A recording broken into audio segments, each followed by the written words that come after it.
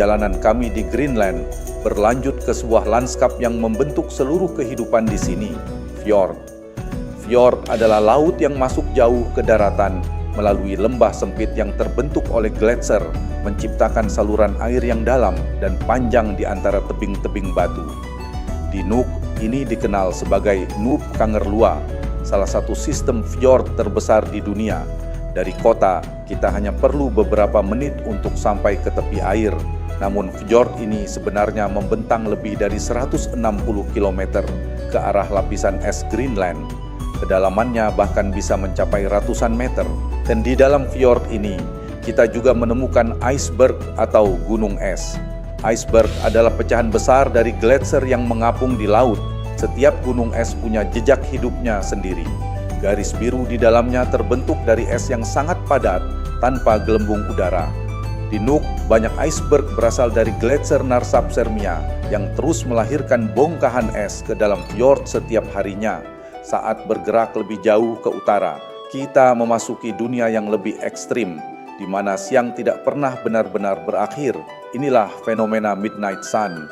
Midnight Sun adalah kondisi ketika matahari tetap terlihat di langit, meskipun sudah melewati tengah malam.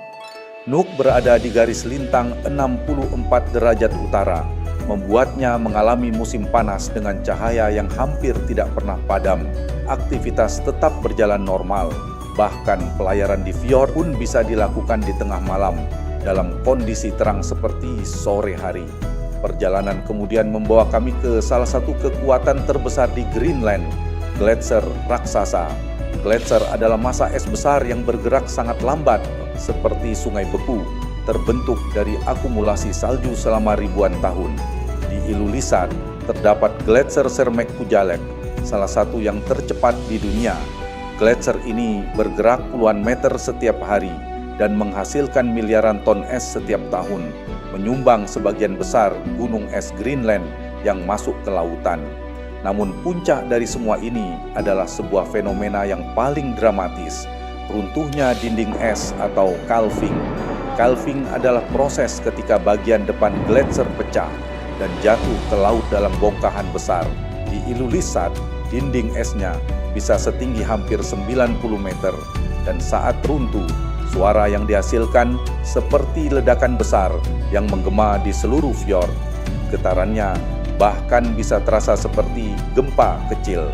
Bongkahan es yang jatuh ini kemudian berubah menjadi iceberg baru yang perlahan hanyut ke laut terbuka. Di Greenland, semua elemen ini bukanlah fenomena terpisah.